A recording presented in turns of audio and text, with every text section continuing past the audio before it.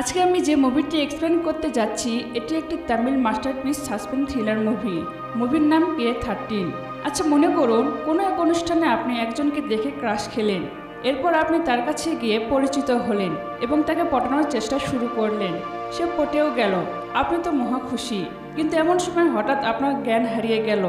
আপনার জ্ঞান ফেরার পর আপনি দেখতেছেন আপনি একটা অজানা ফ্ল্যাটে হাত বাঁধা অবস্থায় পড়ে আছেন, আর আপনার সেই ক্রাশটি আপনার সামনে চেয়ারে বসে আছে, তবে জীবিত অবস্থায় নয়, মৃত অবস্থায়।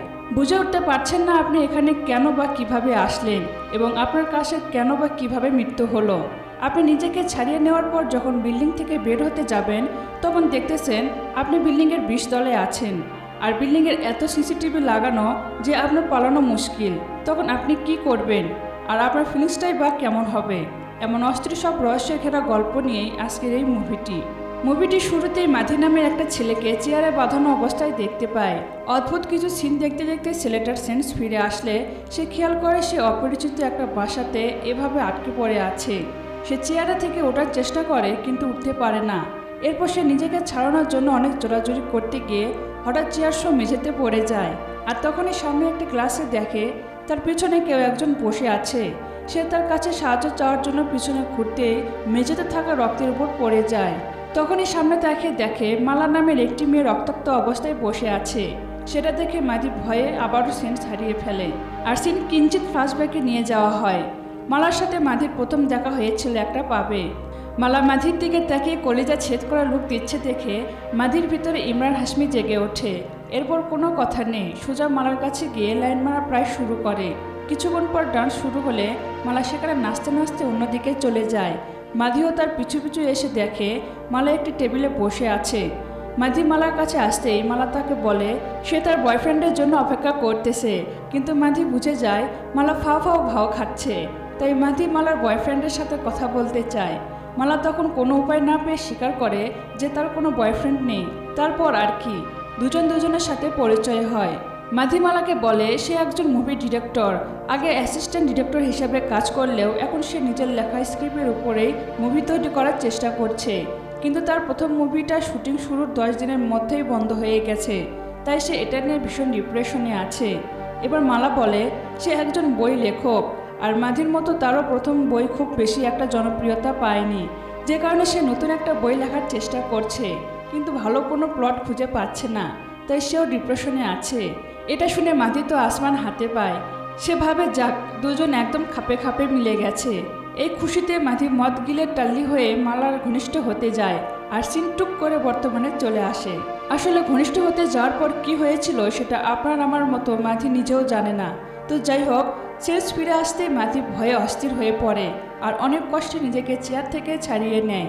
এরপর মাধি নিজেকে একটু রিল্যাক্স করে নিয়ে মালা বেঁচে আছে কিনা এটা জানার জন্য মালার কাছে আসে।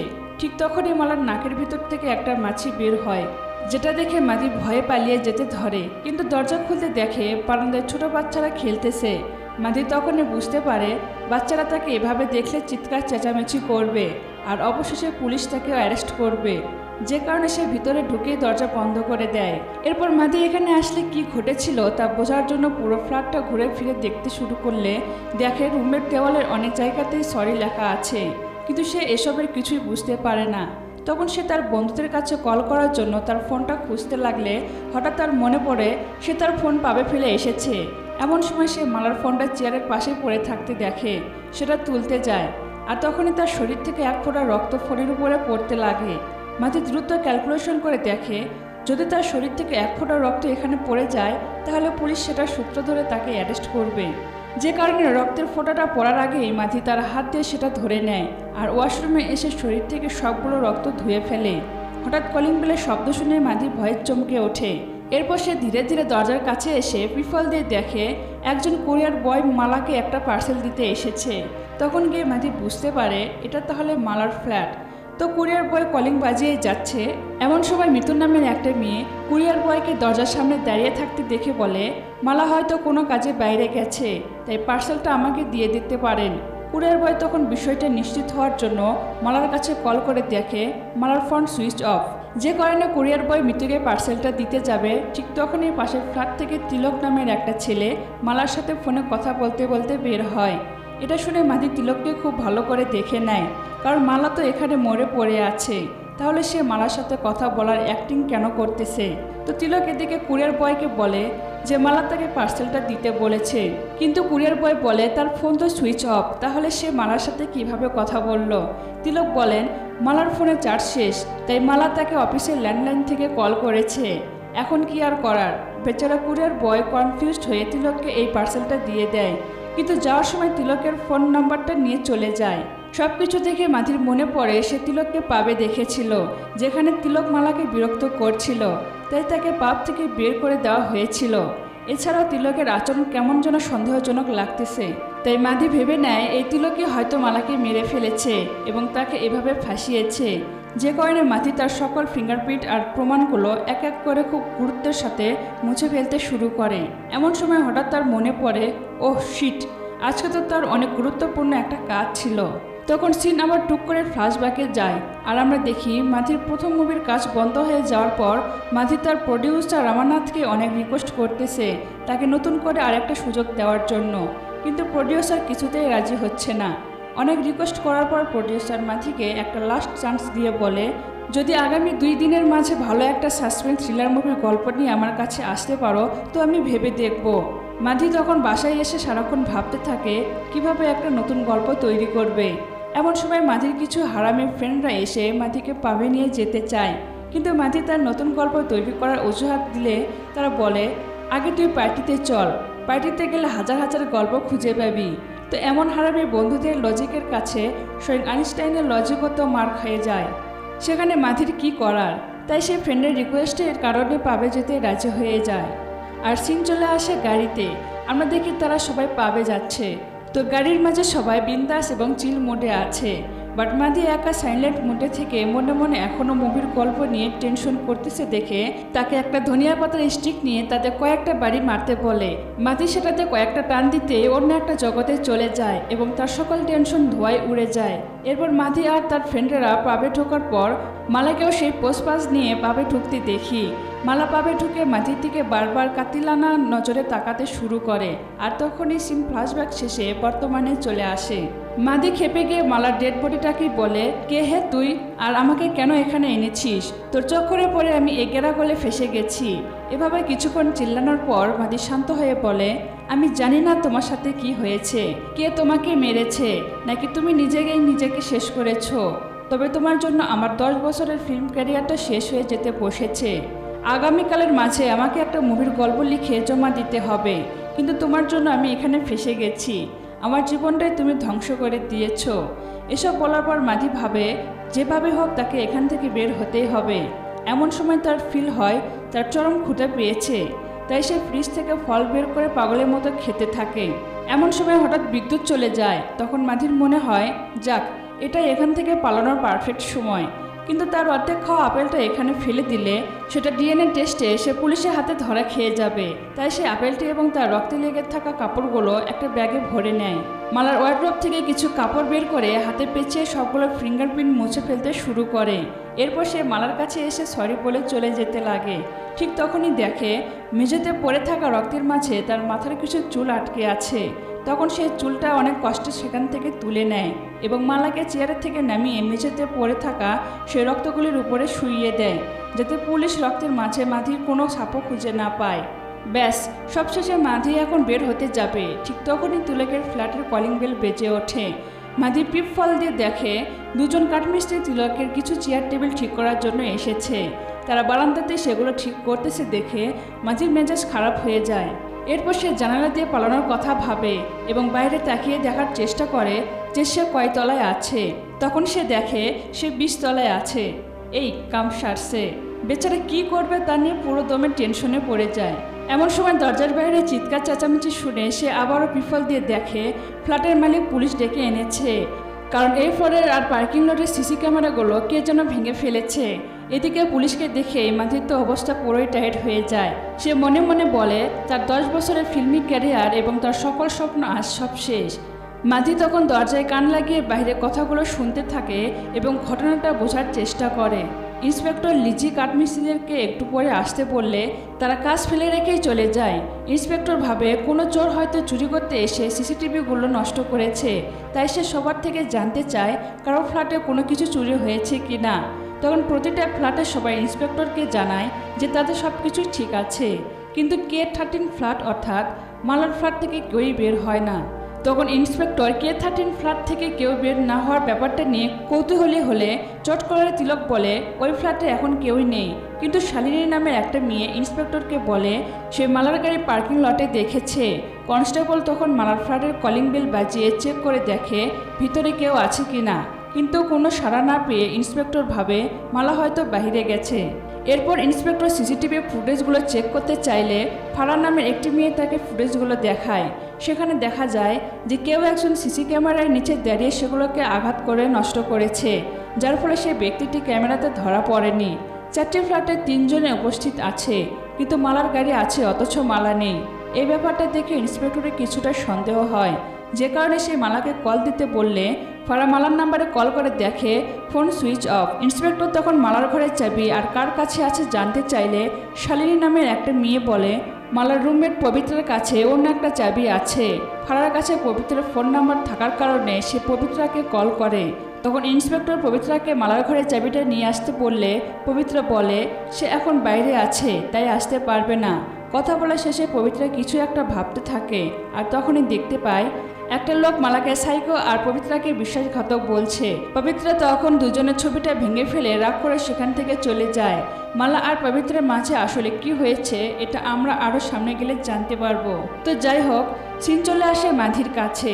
দরজার পাশে দাঁড়িয়ে এত কিছু শোনার পর সে ভাবতে থাকে সিসিটিভি ভেঙে ফেলা, তিলকের মিথ্যে বলে মালার পার্সেল নেওয়া, এসবের পেছনের রহস্যটা কি? তাহলে কেউ কি মালাকে সূক্ষ্ম প্ল্যান করে খুন করেছে? আর যদি সেটাই হয় তো এখানে তাকে কেন ফাঁসানো হয়েছে? এগুলোর সাথে তার কি সম্পর্ক? তো মাধি ফ্রাস্ট্রেট হয়ে সেখান থেকে বের হওয়ার জন্য পথ খুঁজতে থাকে। এমন সময় সে মালার ট্যাব দেখতে পেলে হাতে নিয়ে দেখে সেটা লক করা আছে। কোনো উপায় না পেয়ে মালার ডেড বডি থেকে ফিঙ্গারপ্রিন্ট নিয়ে সেটা আনলক করে। এরপর ট্যাবে ম্যাপ বের করে অ্যাপার্টমেন্ট থেকে বের হওয়ার পথটা দেখে নেয়। বারান্দায় পুলিশ তাই জানালা দিয়ে পালানোর জন্য রান্নার একটা চামচ নিয়ে জানালার নাট খুলতে শুরু করে। এদিকে বিল্ডিংয়ের ম্যানেজার মালার ফ্ল্যাটের মাস্টার কি নিয়ে আসলে ইন্সপেক্টর কনস্টেবলকে দরজা খুলতে বলে। কনস্টেবল যখনই দরজা খুলতে যাবে তখনই সিন স্কিপ করে মাধির কাছে আসে। আমরা দেখি সে অলরেডি জানালা দিয়ে বেরিয়ে এসেছে। এরপর মাধি যখন সানসেটের এক পাশ থেকে অপর পাশে জাম্প করে, বাপরে বাপ, গা শিউরে ওঠার মতো অবস্থা। মাধি পড়ে যেতে যেতে অল্পের জন্য বেঁচে যায়। এরপর সে বিল্ডিংয়ের পাইপ বেয়ে উপরের দিকে উঠে ছাদে চলে আসে, কিন্তু সে ছাদে নামতে একটা মেয়ের কথা শুনে থেমে যায়। পিছনে তাকিয়ে দেখে মেয়েটা তার বাবুসোনার সাথে ফোনে লুটুফুটু করতেছে। আর জানেনই তো, নিব্বানিব্বি ফোনে আলাপ শুরু করলে কিয়ামত হয়ে গেল তাদের খেয়াল থাকে না। তাই মাধি আরামসে মাথা নিচু করে সেখান থেকে সরে এসে নিজেকে আড়াল করে নেয়। একটুর মাঝে মেয়েটি কথা বলে শেষ করে ছাদ থেকে নেমে চলে যায়। এরপর মাধি ছাদ থেকে নামতে গিয়ে দেখে মেয়েটি যাওয়ার সময় ছাদের দরজাটা ওপাশ থেকে লক করে দিয়ে গেছে। হলো যেতে যেতে আকামটা কইরাই গেল। তো মাধি দরজাটা অনেক ধাক্কায়, মাগার কাম হয় না। এ সময় দুজন মহিলার ছাদের দিকে আসার শব্দ শুনে মাধি দৌড়ে গিয়ে একটা জায়গায় লুকিয়ে পড়ে। এরপর দুজন মহিলা কাপড় নিতে ছাদে আসে। মহিলা দুজন চলে গেলে মাধি বিল্ডিংয়ের কুলিং ফ্যানের ভিতর দিয়ে দেখে পুলিশ মালার ঘরের দরজা এখনও খুলতে পারেনি। কারণটা হলো মাধি আসার সময় রুমের দরজাটা ভিতর থেকে লক করে দিয়ে এসেছে। তো ইন্সপেক্টর ফ্ল্যাট মালিককে বলে এই চাবিটা হয়তো এই রুমের না, তাই মালার ফ্রেন্ড পবিত্রার চাবি নিয়ে আসলে তখন আমরা মালার ফ্ল্যাট চেক করব। এই বলে সকলে সেখান থেকে চলে যায়। কিন্তু তিলক বারবার মালার ঘরের দিকে সন্দেহজনকভাবে দেখতে থাকে। মাধি তখন আবারও পাইপ দিয়ে মালার ফ্ল্যাটে আসতে থাকে। এই সময় তার ব্যাগ থেকে রান্নার চামচটা বিল্ডিংয়ের নিচে পড়ে যায়। একটা চাচা মিয়া সেটা দেখে উপরে তাকায়, কিন্তু চাচা মিয়ার লেন্স ঝাপসা হওয়ার কারণে কিছুই দেখতে পারে না। মাদির ফ্ল্যাটের জানালা আবারও আগের মতো ঠিক করে রাখে। মালার কাছে এসে তার ডেড বডি দেখার সময় মাদি ভাবে, আচ্ছা ওই কুরিয়ারে কি ছিল সেটি তিলক চালাকি করে নিজে নিয়ে নিল। এটা বোঝার জন্য সে দরজাটা খুলে বাইরে বের হয় এবং দরজাটা যেন লক না হয়ে যায় সেই ব্যবস্থাই করে। এরপর বারান্দায় বের হয়ে দেখে কাঠমিস্ত্রি তার ফোন বারান্দায় চার্জে লাগিয়ে রেখেছে।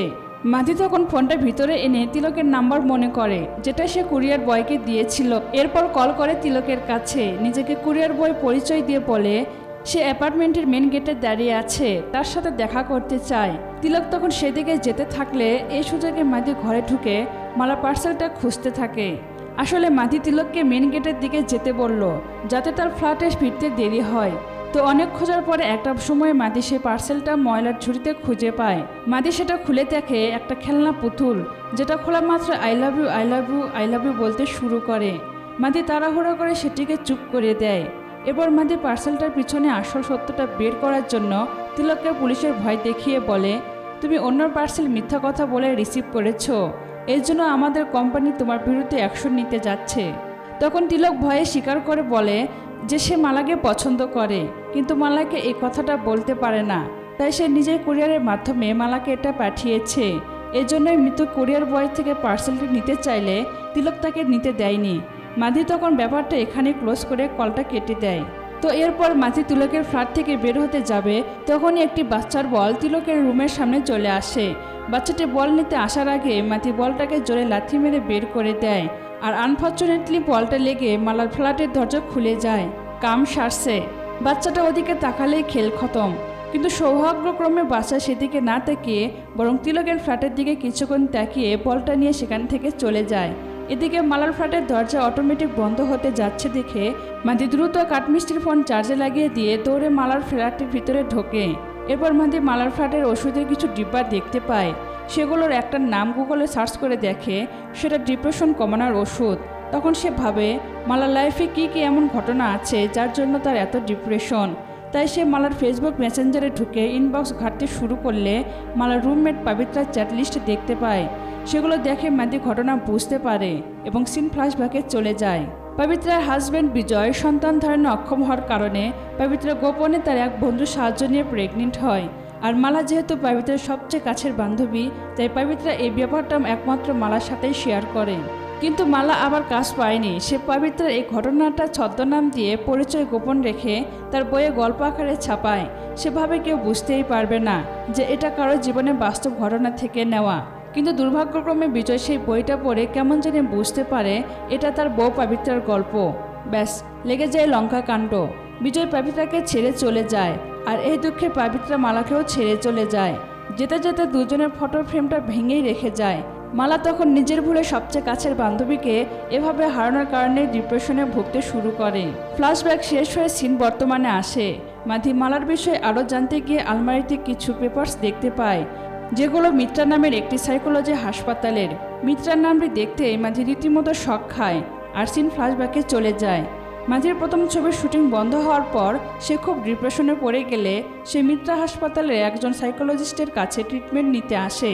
কিন্তু ডক্টর তার অপরিচিত হওয়ার কারণে মাঝি তাকে সব কিছু খুলে বলতে আনকমফোর্টেবল ফিল করে। তখন ডক্টর তাকে বলে সে এমন একজনকে তার সাথে কথা বলতে দেবে যে নিজে একজন ডিপ্রেশনের রোগী ছিল, কিন্তু সে ডিপ্রেশন থেকে বের হতে পেরেছে।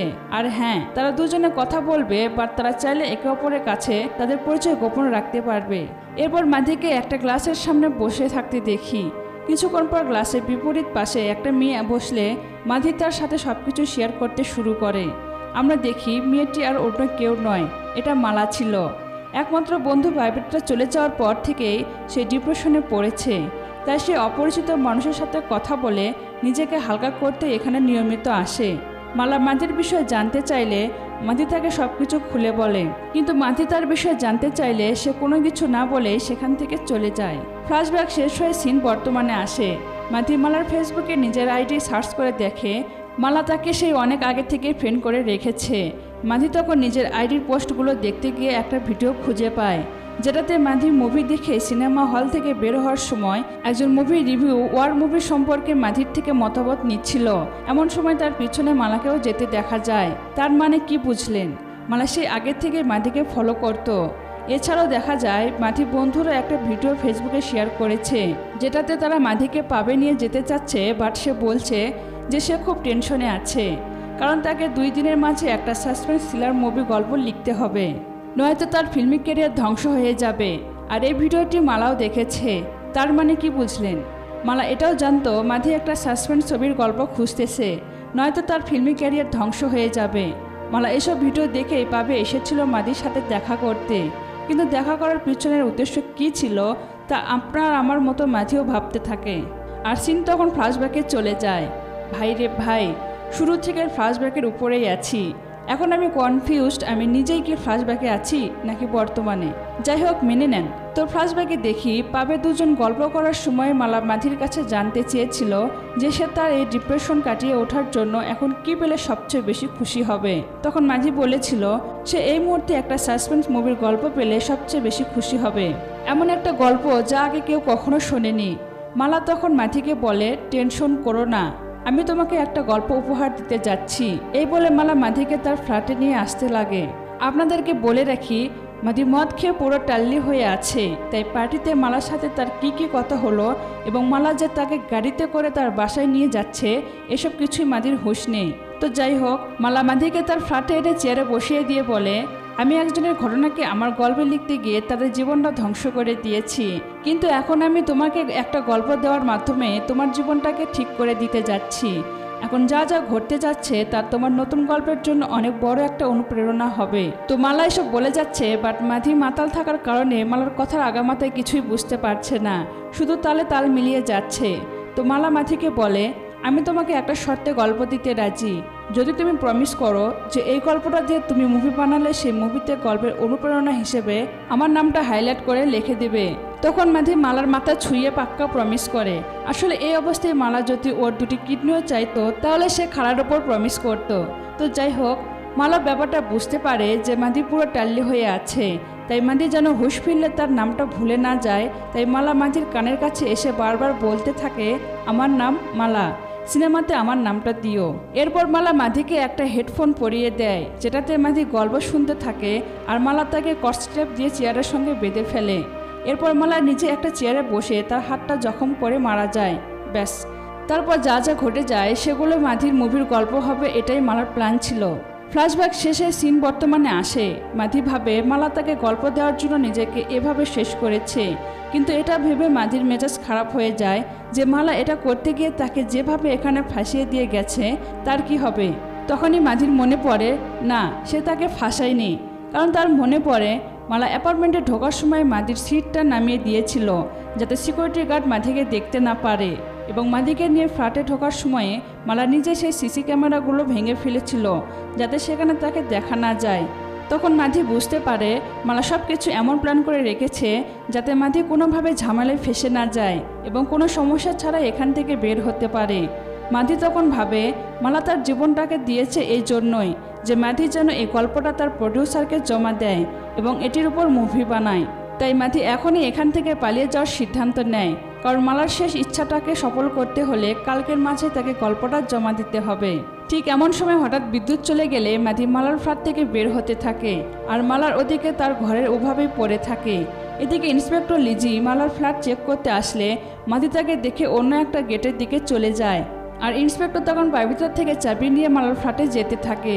মাধি মেন গেট দিয়ে বের হয়ে একটু দূরে আসতে অ্যাপার্টমেন্টের বিদ্যুৎ চলে আসে, কিন্তু মাধি ততক্ষণে অনেকটাই দূরে চলে আসে। আর এখানেই K30 মুভিটি শেষ হয়ে যায়। ওয়েট, আসল টুইস্ট এখনও শেষ হয়নি। আমরা ভাবছি এতক্ষণে যা দেখলাম তা নিয়ে এখন মাধি হয়তো মুভি তৈরি করবে, কিন্তু বাস্তবে এতক্ষণ আমরা যা দেখলাম তা মুভিই ছিল। আর এই মুভিটির গল্প লিখেছে দিলীপ নামের এই ছেলেটি। বুঝতে কষ্ট হচ্ছে তাই না? ওকে চলুন কষ্ট কমিয়ে দিচ্ছি। মুভিতে মাধির যে জীবন কাহিনী দেখলেন, ওই যে মাধি একজন মুভির গল্প লেখক, সে গল্প খুঁজে পাচ্ছে না। প্রডিউসার তাকে 2 দিনের মাঝে গল্প দেওয়ার প্রেশার দিয়ে যাচ্ছে, সে ক্যারিয়ার বাঁচাতে হন্যে হয়ে গল্প খুঁজে বেড়াচ্ছে। এই সব কিছু আসলে দিলীপের জীবন কাহিনী ছিল। তো দিলীপকে তার প্রডিউসার 2 দিনের মাঝে গল্প দেওয়ার প্রেশার দিলে সে পাবিকে একটা মেয়েকে দেখতে পায়।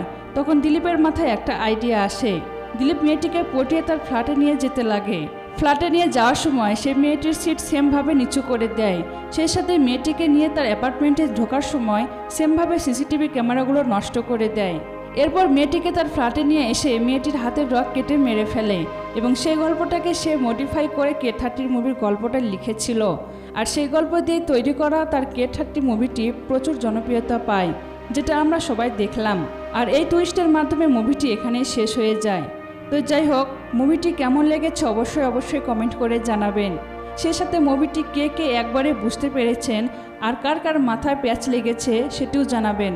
আর হ্যাঁ, মুভির শেষ দিকটা বুঝতে না পারলে বারবার দেখবেন, তাহলে বুঝতে পারবেন। এত সুন্দর একটা মুভি উপহার দিলাম, তার জন্য একটা লাইক দেবেন। তো ভালো থাকবেন সবাই, আল্লাহ হাফেজ।